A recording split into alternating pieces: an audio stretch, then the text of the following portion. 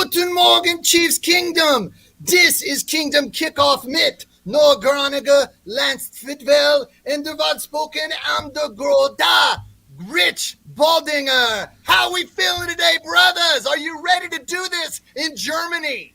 Guten Tag. I mean, welcome to the dark side of the moon. Not only are we up early and the moon's still in the sky, but Rich, I don't know about you, but I really don't want any part of this game. I love Tyreek Hill, and I cannot stand to see him, let alone in a Dolphins uniform, but now against us. Help me out here, Rich. Simply a phenomenal career for the young man. I continue to give him the highest praise. Nobody in the world would touch him with a 10-foot pole, but yet the Kansas City Chiefs took a chance on him, and he has just shown the NFL what he is all about. And it continues with his days at Miami, the quickness, the acceleration, the absolute tenacity to go get the football. No matter how they get him the ball, he's running 900 miles an hour. It's simply amazing. That is one of my keys today. This is the guy that we cannot have involved in the game. I don't care about anyone else.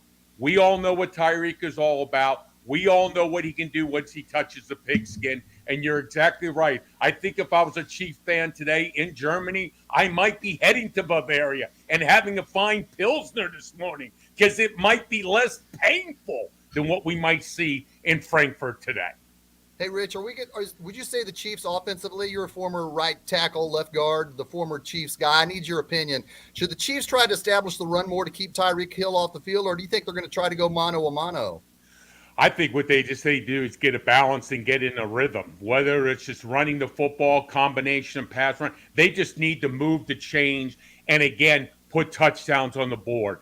You know, you look at some of the things we've done in the past, we haven't been efficient. Where's the second receiver? Is Rashid Rice going to become that guy for us today? That when they decide that they're going to bracket Kelsey and not let him touch the pigskin, who's our next guy that's going to step up so that we get those running backs involved? Whatever and however it is, it's got to be a balance between run and pass. And I agree with you, Shaggy. You just got to keep this Miami offense off the field. And you're not going to do that if you're turning the football over. Yeah, and Lance, I want to go to you kind of about the offense. I'm going to throw this graphic up here. The Chiefs points per game, they're 12th with only 23.4 points per game in yards. They're 4th. So they're moving the ball. They're just not scoring. And we talk about kind of the red zone woes that they have. And Miami over there, points per game first, yards per game first. And so the Chiefs defense has a lot on their hands, but how can this Chiefs offense get going? It's plain and simple. And Brett Veach laid it out for us at the trade deadline. It's going to have to be Patrick Mahomes and Travis Kelce bringing that goat-to-goat connection every single game, every single week, in order for this offense to do anything. Not guys. The receivers? Yeah, when it comes to the receivers, it's you better hope, like Baldy was just saying a second ago, that Rashid Rice can do anything with the yak yards. Because when he's getting that ball in open space, he's special. That's the problem, though, is that it's going to be consistent because he also has a drop problem. This is something that we have to see from him. Can he grow quicker than any other rookie receiver in the Andy Reid era in Kansas City? Could he grow quicker than any of them? And that's the problem, is that we have to see that happen. There's just too much. I think it's unfair to put that kind of pressure on a kid like that. But the problem is that we came into the season, everyone telling us this was a loaded wide receiver room, and now it's coming down to one kid, and it happens to be the youngest of all of them, the most unproven of all of them.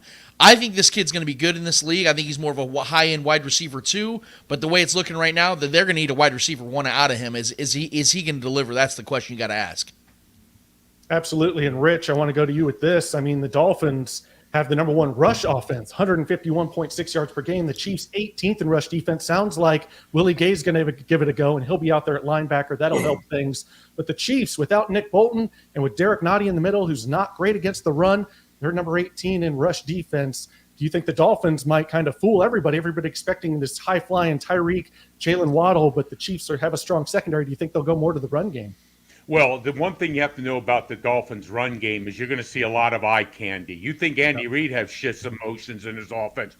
You watch Miami, you're worn out after the first quarter. You've run a quarter of a mile already. It's simply phenomenal, the shifts, the motion, the zigs, the zags. And they really like to work the edges. So last week against Denver, the front four struggled with the inside zone. I don't think you're going to see that as much today. What you are going to see is you're going to see jet sweeps. You're going to see toss, a quick pitch. and anybody anywhere getting the pigskin. There's not really a dividing line between wide receiver, running back with Miami's offense. It's just anyone can get it at anywhere, but they like the edges. So what does that mean? Support from the corners. Linebackers are going to be flowing quick. Drew Tranquil in the middle is going to be running a country mile today because it's sideline to sideline. So front four guys have to be able to handle it on their own because the support's going to be to the outside, not the inside gap. But that's how Miami gets you. They try to get your eyes looking somewhere else, freeze your feet for a second, because you're seeing somebody where you're not supposed to. They get you on the edge, and it's a big running play. Hey, last week at Denver, I know it's a game we're trying to forget about. And the Chiefs cornerbacks, exactly. Let's talk about the Chiefs cornerbacks going into today's game. They have been good about bad. If they play bad the week before, they usually address it. L'Jarius Sneed had 2 defensive holding penalties and a pass interference last Sunday against the Denver Broncos. He's more than likely going to be on Tyreek Hill. How important is it for him to have these short memories? Because it seems like before, with Bob Sutton's defense, with other players like Orlando Scandrick, Phillip Gaines, it seemed like when those cornerbacks and during that era were causing defensive penalties, it was a trend that would last 2 or 3 weeks. How do you feel about L'Jarius Sneed's bad week last week with 3 defensive penalties going into this morning's game, Rich? Well, the thing is when you play against a guy like Tyreek Hill, the one thing you have to know is fundamental-wise, you have to be perfect. It's not a kill shot. It's not a kill shot, but it's get up in his chops. When you get a chance to tackle this guy, it's not a tackle. It's a body slam. It's a knock that dog out of him. But you better make sure that you're not trying on a kill shot. You step the right way. Maybe you lag a little bit behind, but then you're on him and you move him. But with Tyreek, he's got to be bracketed. He just has the acceleration, even at this level. What is he, 8 years in the league now? Still has the incredible acceleration coming out of a route. So whoever's there, I'm taking him out of the game. Tyreek is not going to do his punt returns that we saw for us, his kickoff returns, his over routes across the field. I'm just taking him out of the game. But you do that by making sure that you step the right way and you get your hand placement on him, and then you play tough. Listen, any good cornerback is going to get holdings. That's the only way you're going to play in this game. If you think you're going to play off on receivers in the National Football League and run with them, it's not happening in today's game. Yeah, kind of switching over to the defensive side of things for both teams, Lance. I mean, we look at this here, Chiefs, this is where they kind of make up for the lack of offense. Isn't a stellar defense, second in points per game, only allowing 16 points per game, 4th in yards. Well, the Dolphins, this is the first time they have their both corners out there. Xavier Howard's playing and Jalen Ramsey's playing. So their defense, well, it's 25th in points per game. Maybe they get a little boost with Ramsey and Howard out there together for the first time all season, 15th in yards. What do you make of these 2 defenses going up against the offenses? Well, here's the thing. I'm really upset that Tyreek decided to give the Dolphins defense the secret of, hey, whenever Patrick's out there scrambling around, just find Kelsey. Because I thought that was a secret that was going to last forever. Because no one knew that until Tyreek said something. Oh, boy, it's up. But outside of that, I mean, if you look at the Dolphins' defense today, they should be feeling a lot more confident about themselves. Not because they're facing an offense that's struggling to put up points, but they do have Jalen Ramsey and Xavier Howard back for the first time together. So they should feel good about that situation. The problem is that Vic Fangio, who I love and respect big time, I think he's one of the true geniuses on the defensive side in the NFL. He plays a lot of zone. What does Patrick Mahomes and Travis Kelce absolutely eat in? Zone. No. And that's the thing I'm looking at right now is I think the Chiefs have a golden opportunity to really expose, even with Xavier Howard, respectable pieces, and Xavier Howard and Jalen Ramsey, 2 guys that this defense is pretty much predicated on now that they're back. I still think that the Chiefs are going to have a lot of spots to be able to pick, and Patrick Mahomes is going to have a lot of opportunities to get some big chunk plays out of this defense. On the flip side of things, guys, Baldy was breaking it down. It was like I felt like I was at church just now. I was listening to and I was like in the choir over here just waving my hands because he was absolutely preaching. Guys, here's the thing that the Chiefs have done this season against great wide receivers, and it's respect to Tyreek Hill, who will be the best receiver allegedly the Chiefs have faced this season. But we can't forget they've also faced Calvin Ridley, DJ Moore, Garrett Wilson, and Justin Jefferson. Do you know what the Chiefs secondary held those guys to? A combined 161 yards and 1 touchdown. This secondary is built for games like today against great players like Tyreek Hill, and I hope you guys understand that when I say, and I made this prediction about 3 days ago, I think Travis Kelce's having more yards today than Tyreek Hill. I'm not expecting a big game from Tyreek Hill, and I think it has a lot to do with the pass rush. That I don't want to jump too ahead because I'm sure that's a question you guys have still in your chamber here. But when it comes to this secondary, they also make it easier for this pass rush as well, because with the way that Spagnuolo plays that press, you see the physicality in guys like L'Jarius Sneed, the versatility of being able to rotate guys all over the field. I think that's coming into play today, guys. I think Tyreek Hill's been talking a lot for the last 16, 17 months, and everyone's talking about how Tyreek's going to have this big breakout game, but I'm going to echo the sentiments of our guy Peter Schrager over there on Good Morning Football on NFL Network. I think this game's going to be more about the secondary showing, hey, we're here to stay. This is a game about us. We're making statements today. It's not going to be Tyreek Hill day. It's going to be our day. That's interesting. I mean, you look at the guys like Justin Jefferson, who the Chiefs shut down. Tyreek Hill is a different animal. Not saying that he's necessarily better, or Justin Jefferson's better, or Tyreek Hill's better. It's just a different animal with the speed. You stay with a guy. I know Justin Jefferson runs great routes, but you stay with the guy. You stay in his hip pocket. He's not going to burn past you. You feel like you can match him in speed. You can't match the cheetah in speed. You think you're taking a good angle. L'Jarius Sneed has practiced against him. Justin Reed has played against him. Unless you're going against him every week, in and out, you think you're taking a good angle, and it's not a good angle. Against everyone else in the NFL, it's a good angle. Against Tyreek Hill, he's blowing past you, giving you the peace sign. But, Rich, I want to go to you about the Dolphins' offensive line. There's been people saying, well, the Dolphins, when they face good competition like the Bills and the Eagles, they get smoked. Well, they didn't have a majority 3 and 4 of their offensive linemen in that game. They're going to have Teron Armstead, their stud left tackle, back this week. Connor Williams comes back at center. They've got Austin Jackson at right tackle. Now, they are without both guards. So Wanted missing for 2 weeks, at least in the sack department. He does a lot more things. It's more than just sacks on the defensive line. But he hasn't had a sack in 2 weeks, Chris Jones. So this is the week that Chris Jones needs to eat against these backup guards. Yeah, no question about it. We know what Chris Jones means in that 3 technique inside. I think we're going to see a lot of tricks up front, but still staying in our rush lanes, because they know one thing. They've got to get there quickly today, because if you look at Tua, he's the fastest in the NFL in getting rid of the ball. That's the one thing about this guy. He might not have the best arm, might not have the best, strength, but in terms of accuracy, he's just like Patrick. It's uncanny. He's spot on, and that's what they want. They want the ball out quick. So look for a lot of quick rushes. If they don't get there, hands up immediately. Just try to get in that throwing lane as soon as possible against this. And I think the Chiefs to the other side of it, too. When you look at this defense of Miami, it's a 30 front. It's an odd front, which means you got a nose tackle. That Raekwon Davis in the middle is as big as a mountain. Was he 6'8", 400 pounds or something? Huge. But we've done very good against those fronts. We've been able to run the ball inside. Gap blocking, so I look for power O today, maybe some counter get inside, look to control that line of scrimmage and everything, because they're going to think, you know what they're going to do? They're going to put 8 men in the box, guys. They're going to go 8 because they feel like their receiver, Jalen Ramsey's on the outside. They feel they can match up 1-on-1. So put 8 men in the box. Chiefs are effective in running against 8 men in the box. You've got some big lanes. I think you can get some big yards after. It might take a few plays, but when you do hit it, you will hit it big. But I think today that's where we can handle this. And I give credit, Lance, you're right about Vic Fangio. He's a 34, dog front. It's a 2-gap, sit there, smack someone in the chops, don't get moved off the line of scrimmage. I think we do real well against teams like that, because the one thing that this line does, I think this one-on-one blocking, we do real good in zone steps. We get people moving. We'll get some holes inside, and Checo should have a good day. Hey, Rich, there's been some not criticism, because we're never going to criticize Travis Kelce, but Travis Kelce is coming out on some crucial third downs for the Chiefs offense. We know he's been dinged up. He missed week 1. He had the ankle issue in Minnesota.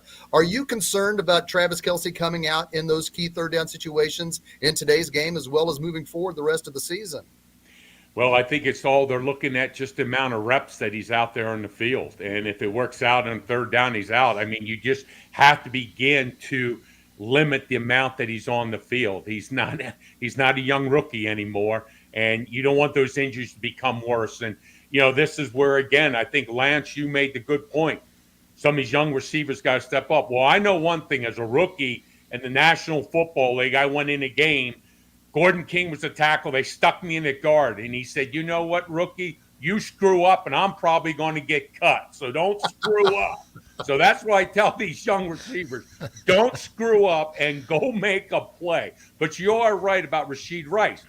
This guy, I want him to get rid of the drops. He knows what he has to do. Take your game mentally to the next level. Physically, he's got everything. But it's mentally in this game that you have to take yourself to the next level, doing all those little things, play in and play out. And that's the hard part. He does it. If he learns it, he will be a good receiver. Now today, hey, no better time to start in Frankfurt, Germany. Absolutely. And Lance, I want to kind of go to you with the trenches here. We're talking about the Dolphins offensive line, and here's what they're facing: 11 sacks in the last 2 games for the Chiefs. You see it right there. But the Dolphins have a good pass rush too. Chiefs have 28 sacks this year, tying them for second with the Bills. Dolphins right there at 27 sacks as well. You see what the Chiefs have done, and here's what the Dolphins, Bradley Chubb and Jalen Phillips, have 5 sacks in the last 2 games. They're going to be going up against Donovan Smith and Juwan Taylor. So what do you make of kind of in the trenches in this game? Well, I want to start with the Dolphins side of things. I think they have a respectable and a borderline underrated pass rush. I don't think enough people talk about it because of the fact that it kind of reminds me. I think this Dolphins team kind of reminds me of the 2018 Chiefs loosely. Don't criticize me too much because obviously Patrick Mahomes played for that 2018 team and he doesn't exist on this Dolphins team. But it's the way they play where this defense gets exposed a lot of times, especially against good teams, good offenses. But they had a good pass rush. That 2018 team surprisingly had a good pass rush. Nobody talked about it, though, because they had an offense that scored a lot of points. This offensive line in Kansas City, I'm higher on than a lot of other people, but I do think they show sometimes. And I don't think Patrick does them any favors when he just holds the ball, and gives guys like Bradley Chubb and guys like that opportunities to make plays in the backfield. The Chiefs can't do that. Got to be a lot quicker today because this Dolphins defense is capable of getting in the backfield and making an impact play. And when you have an offense like you do on the other side, sometimes all you need is just one play, and that could change the entire course of this entire game, change momentum, all those things. On the defensive side for the Chiefs, guys, this is where I think this game is going to be won.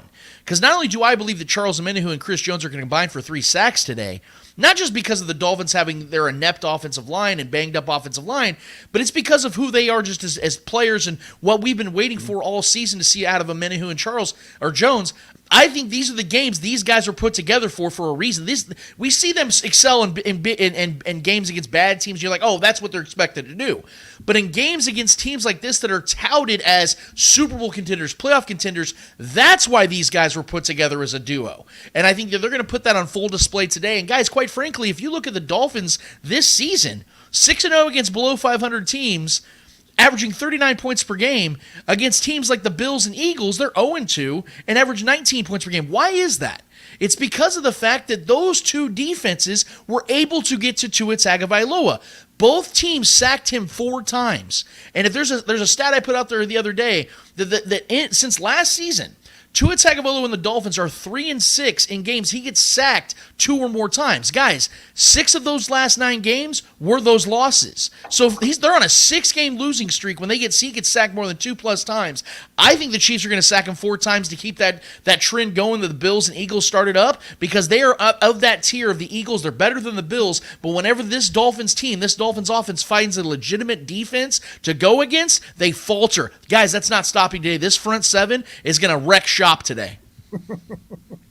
Lance, you bring up a good point, and you also have to worry about this offense is a lot of smoke and mirrors, shifts, motions, a lot of razzle-dazzle, and it gets people out of position. But when it comes down to put the hand in the ground, mano-a-mano, Oklahoma drill, I don't know if they want to. And number 2 on Tua, they want to protect him. They've worked in the offseason about getting that ball coming out. How many concussions has he had? This young man can't afford to get banged up because we've seen what's happened in the past. So you're exactly right. I think today will be a game that watch for us to walk people up in the gaps everywhere. We're going to bring the heat from everywhere and anywhere and make him hold the ball. Because the one thing about Tua, if he holds the ball, he'll make a mistake. And that's where we got to get him today. Absolutely. And something's got to give today. Rich Eisen had this stat I saw this morning. The Chiefs defense hasn't given up a single touchdown pass of over 20 yards and only 2 rushing touchdowns all season. But the Miami Dolphins lead the league with 8 passing touchdowns of 20 yards or more, and Raheem Mostert leads the league in rushing touchdowns with 10. So something's got to give. What's it going to be, Shane? You know what? I think it's going to be a hell of a game. I think Lance and Rich brought some great points. I love their optimism. I love their vibe that they have for this game, and I'm going to be living and dying sitting down on my freaking couch, my recliner, wherever I can sit still to watch the game. But I think the weapons do concern me about Miami, and this is the Chiefs playing the Dolphins the first time. I think the Dolphins will have a touchdown over 20 yards. No disrespect to the Chiefs, but I just think that these are the 2 best teams in the AFC, and I think that they will give a touchdown over 20 yards. Is that unfair, Lance? No, it's not unfair at all. I just think, like I said, when it comes to the press, when it comes to the pressure that the Chiefs can and will put on the quarterback, which is what they're going to need to be able to get that ball out in the air for 2 or 3 second play, I don't think the Chiefs are going to allow that, especially when we broke down 5-10 minutes ago, the press man coverage the defense is going to play as well on the other side. It's going to be very difficult for Tua to find that, even with Tyreek Hill's speed. We also have seen it, firsthand in Kansas City for years about how electric this man can be, but it all comes down to whether you can actually get the ball to him, because if you look at those, and I'm bringing up those games again, the Eagles and the Bills games, guys, Tua is on a trajectory to break the all-time receiving record this season. He's going to be the first guy, it looks like, that's going to have over 2,000 yards. But what's wild, or Tyreek, I'm sorry, but what's wild is you look at the games against the Eagles and the Bills, he averaged 7 receptions for 76 yards and only had 1 touchdown in those games. Those 2 teams kept him at bay, and why was that? It was the pressure. Their line's a little healthier this week. A little bit. But here's the thing. Do we know that Terron Armstead's going to be ready for a game like this? Because, again, they haven't faced a lot of pass rushes like this, even with him at the helm. So I have to give the confidence to the Chiefs defense in this game, even against an electric, amazing, fun-filled, entertaining offense that the Dolphins have, because they've yet to put that on the table in a game against a legitimate defense this season. And I think with both guards out for Miami inside, you put Chris Jones in. We've seen where he can line up in a wide 3, come back into the A gap so quick. So if you're slide protecting to him and you're a tackle next to that young guard, you're going to hang a little bit. You're going to make sure that Chris Jones doesn't split the gap. What does that give you? I think we're going to have edge pressure all afternoon. I think they're going to be late. And if there was one thing that Darius Sneed does so well is blitzing and able to avoid any type of contact. So look for some of that coming off the edges. Chris Jones might not get the sacks, but he's going to create a lot of pressure inside and keep people late, maybe getting to the outside. And that's where maybe you get in the throwing lane from Tua, or he's got to pull the ball down, move a little bit in the pocket, and that's where hopefully you get him to make a mistake, throw an interception in the game. Yeah, I think we'll see if those tackles are up to the challenge, because I think they're going to be left on an island, Teron Armstead and Austin Jackson, and they're the Connor Williams, the center, and whichever guard he's lined up over, they're going to double team Chris, give Derek Nottie or whoever else is in there a Menahu. They're going to give him one-on-one. So like you said, that could open things up for a Menahu, or if Teron Armstead isn't really ready for this type of game, being on IR for those 4 weeks, maybe someone on the edge, Mike Dan or George Karlaftis could get something against him. So that's something to keep in mind. We talked about Jalen Ramsey and Xavier Howard, first time playing together this season. They are back. But the reason I kind of bring this up, we already talked about this, is because we usually do awards for after the season, our postseason awards.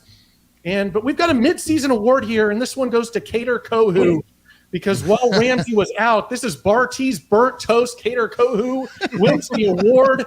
Man, he was getting roasted by A.J. Brown. You see him there on the ground just trying to get his shoelace, and he can't do it. Again, he's on the ground with Stephon Diggs in the end zone.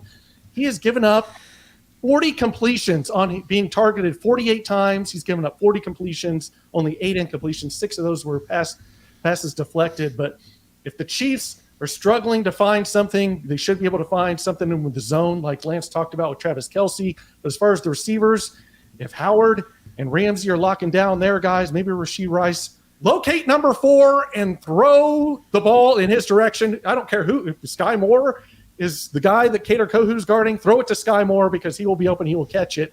I mean, this is the guy that they need to target and look at if they're in the passing game. Pick on him, go for it, use it, take advantage. If he's the weak link, go in that direction. But let's see if it does happen. What do you think, Rich? Well, today I think in a game like this where you see the Chiefs are so effective in running so many different directions, whether it be, I talked about gap blocking, zone blocking, we run the sweep well. You know what Pacheco means to this team. I'm thinking linebackers are stepping up quickly. I think they're wanting to fill the gaps. They want to take away the run game. I think that what happens in this ball, you get our running backs involved.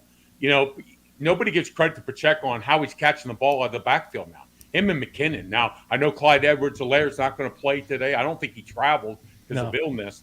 But we've got two running backs you got to get involved in throwing the ball to. And that's what the NFL is all about now. And that's why I say there's really not a dividing line anymore between running back, wide receiver, slot receiver. It's like you play anywhere anymore with all these shifts in motion. So I'd like to see we get McKinnon involved coming out of the backfield. Same with Pacheco.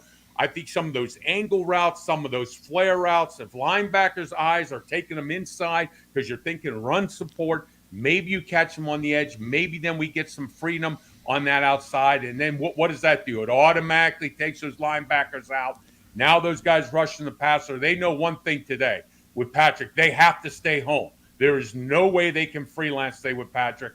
And if he gets his opportunities outside the pocket, we know how he can damage the NFL. So I think a lot of things you get these running backs quickly involved in this. I think they can be kind of a catalyst to opening up so many other things. And Rich, we got to get to your keys to victory today before we get to our predictions. So go ahead, sir. Keys. Listen, with football, I think, the offense, so in 3 out of the last 4 games, we haven't been very efficient in the red zone, guy. Both Denver games, the Jets game, got to do much better down. In fact, I think we're actually worse than last year, just not where we need to be at 51%. Last year, almost 70%. Against a team like Miami that can score quickly, big chunk plays, you got to be putting touchdowns up, not field goals. When the Dolphins have the ball, you got to cage the cheetah. I've said it since the beginning of the show. Tyreek Hill can do so many damaging things to you, no matter whether he's in the slot, as a running back, X receiver, wherever you put him, you've got to challenge him. You've got to bang him. You've got to make sure you have support, force him in one direction. And the last one, team goal, guys, -4 sucks in the turnover ratio. When you're not efficient in the red zone and you're turning the football over, you're not going to win football games. And believe me, we saw that happen in the Denver game. Now, I know we can add special teams in there, but you got to hold on to the football. You just can't have turnovers. You got Miami today. You've got Philadelphia the week after. And we all know in the National Football League, everybody plays hard. And if you want to give any team that maybe is struggling some life, it's turnovers. Take care of the football. Good things will happen. Absolutely. And Shane, we're going to start with you with our predictions for the game. All right. First off, I want to thank Rich Baldinger, always joining us on Sunday morning. You can catch out his post game immediately after the game on Metro Sports with the great Leaf Lysick. And especially Lance Twidwell under our Starcade umbrella here. You can check out his post game immediately after the game with Vaughn Booker and his brother Trevor Twidwell. Both Rich and Lance do a great job. I can't thank you both enough for joining us this morning, stepping up. I appreciate you both immensely. All right, my prediction is this. I'm going to be short and sweet. Patrick Mahomes always avenges his regular season losses in the playoffs. Don't hate me, Chiefs Kingdom. I'm going to be living and dying, sitting on the couch, begging and praying every play that the Chiefs win this game. But I like Miami to win this game, and the Chiefs avenge this loss at home in the AFC Championship game, just like Patrick Mahomes does next January. So I'm going with Miami. Lance, what do you got? The Dolphins are frauds. They're fun, but they're fraudulent. They average 39 points per game against non-playoff teams and 20 points less against great defenses, good defenses, even subpar defenses like the Bills. I got the Chiefs winning this game by double digits, guys. I think they're going to go in, they're going to score points. They're pissed off about that game against the Broncos. They had no business losing. They're going to come into Frankfurt, because they've shown their brat worst. It's time to show their brat best offensively. And I think they're going to go in there and they're score 30 points. They're going to hold the Dolphins at 20 points. They're going to shock the world, guys, because this defense, for whatever reason, has not been getting the respect. Today that changes. Chiefs win 30-20. All right. I'm going to go here, Rich, and then we'll end with you. Lance, I like your positivity there. I like your optimism. I think Teron Armstead is going to be up to the challenge. The thing that the way the Chiefs can win and make my prediction wrong, because I've got the Dolphins 31-27, is if Chris Jones takes advantage and abuses, and Charles Omenihu, whoever's in on those guards, abuses them and gets two on the ground. But with Jalen Ramsey and Xavier Howard back and that Dolphins pass rush that I didn't know had 27 sacks right behind the Chiefs on the season. They can get after Mahomes. And with this offense struggling with these wide receivers that are pedestrian at best, I think that's being kind to them. I don't know if Kelsey and Mahomes so far this season, I don't know how many times they can put on that cape and carry this team, especially against a good Dolphins team. I know what you're saying. I respect what you're saying, but they didn't have Ramsey out there in those losses. They were more injured on the offensive line than they are today in those losses. So I've got a close one, but I've got the Dolphins 31-27. What say you, Rich? Well, guys, sometimes you think that you've got to follow what your gut says, but all I know is I had Howard Munn as a line coach. He goes, I don't care what your gut says. Go out there and block somebody. So the bottom line is this. The Kansas City Chiefs didn't lose a game last week. They got embarrassed. Yeah. Andy Reid came out in the press conference, immediately talked about the 5 turnovers, something unacceptable. Patrick Mahomes was asked at the end of his press conference, would this matriculate basically into next week? The smile went away from him. The twinkle went away from his eyes. And the seriousness came out and said, no, it's not. It's going to be a brawl. It's going to be a tough game. But I'm going to take the Kansas City Chiefs 21-17 because they know overseas, you know what? Sorry, the tide, the beer, whatever else is in Frankfurt that Miami has had is not going to carry them today. I think Kansas City Chiefs understand what this game means and where it can be in terms of turning the season. They need this victory today. They come away with it in Germany. Something else I forgot to mention, it's a pro-Chiefs crowd there in Germany and the gold end zone. Yes, so that is another thing on zones. Rich's and Lips aside. I love it. It looks. I wish they painted the end zones like that every week at Arrowhead. I love that. Yep. I can't get enough of it. All right, Absolutely. man. We cannot thank everybody for watching. Make sure you tune in to Chatting Up the Chiefs after the game for our brother here at Starcade Media under our umbrella. He does a great job with Chatting Up the Chiefs postgame with his brother, Trevor Twidwell and Vaughn Booker, former Chiefs defensive lineman from 94 to 97. So make sure you tune to that. Also tune in to Rich and Leaf Lysick, Metro Sports for your Chiefs postgame show. Tune into both of those. We thank you guys so much for joining us. And like always, go Chiefs! Go Chiefs!